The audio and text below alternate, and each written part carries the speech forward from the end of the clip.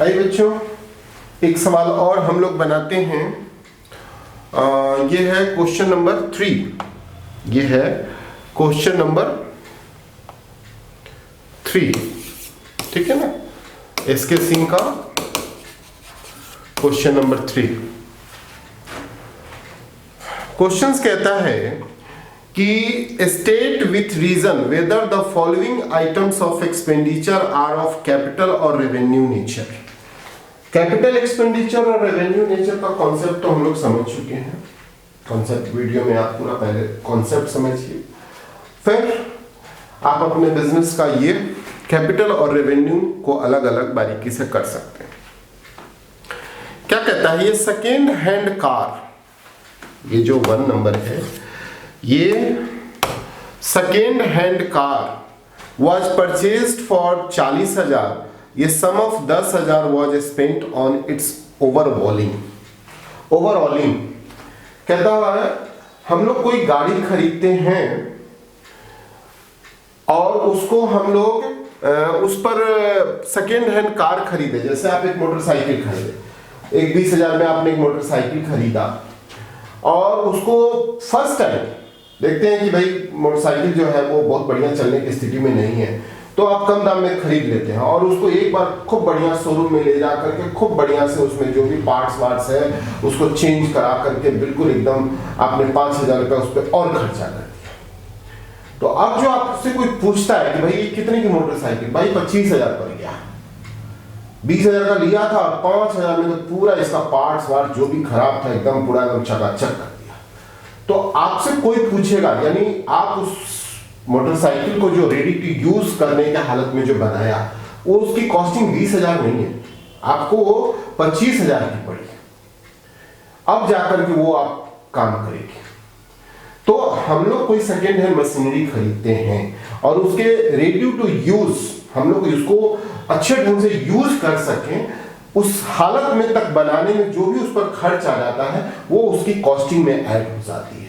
तो ये जो हमारा यहाँ पर 40,000 का हमारा सेकेंड हैंड जो है हमने क्या खरीदा, कार खरीदा, सेकेंड हैंड कार खरीदा 40,000 का, 10,000 हमने उस पर खर्च कर दिया। कोई पूछेगा कितने का कार पड़ा, सीधा सा बात है 50,000 का पड़ा।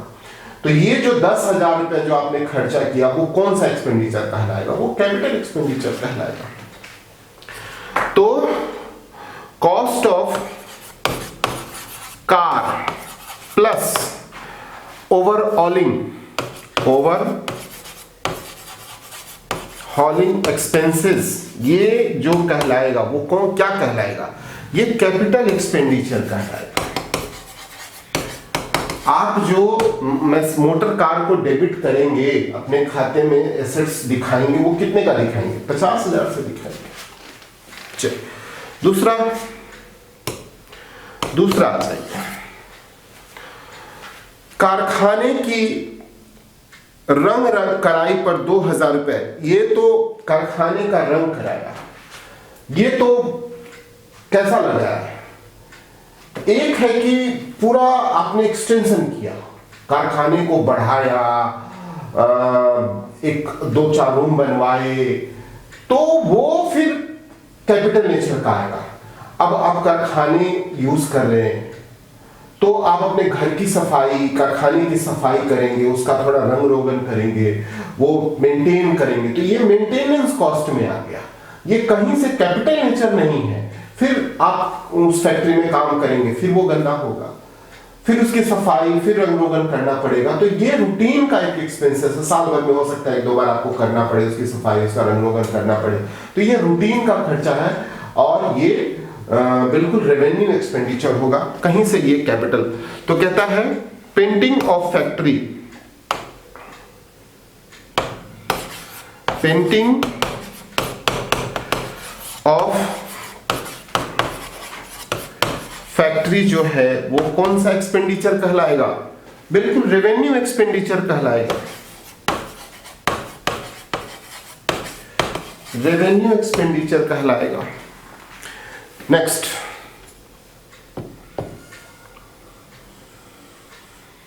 तीसरा आ जाइए,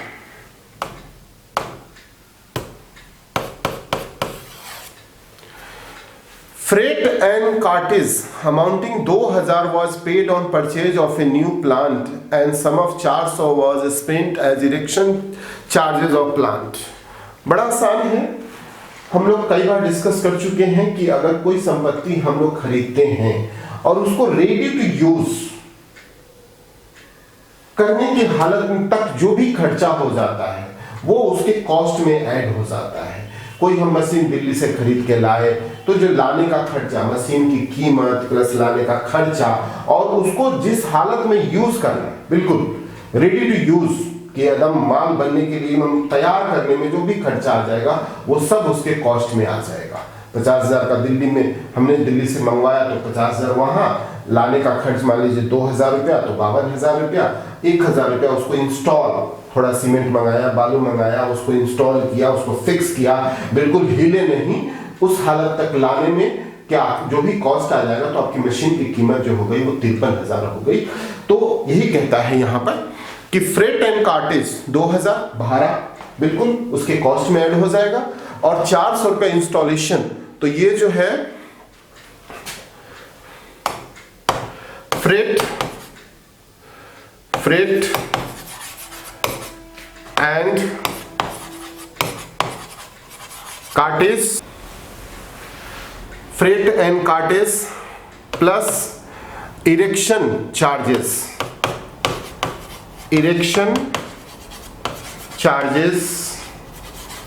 ये जो हो जाएगा वो क्या हो जाएगा, आपका कैपिटल एक्सपेंडिचर हो जाएगा, है ना। चलिए एक सवाल और इसका है, बनाते हैं। ये चौथा नंबर सवाल है। New furniture 4,000 was purchased and sum of 40 was spent towards cartage। बिल्कुल एक नया मशीन 4,000 का खरीदा और टुवर्ड्स कार्टेज, धुलाई में।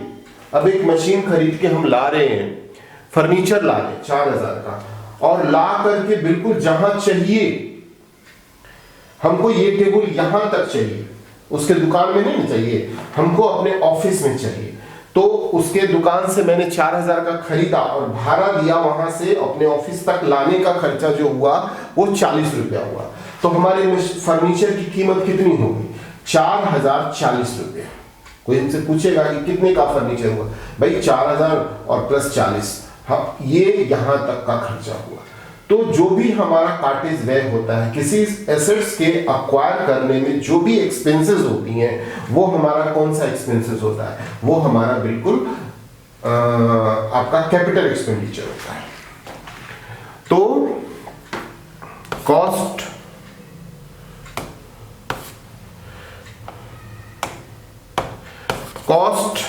ऑफ फर्नीचर प्लस कार्टेज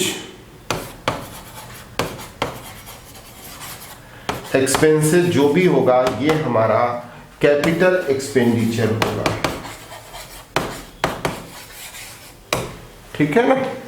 तो बच्चों आई थिंक आपको धीरे धीरे समझ में आ रहा होगा कॉन्सेप्ट कि कौन सा एक्सपेंसेस हमारा कैपिटल नेचर का होगा और कौन सा एक्सपेंडिचर हमारा रेवेन्यू।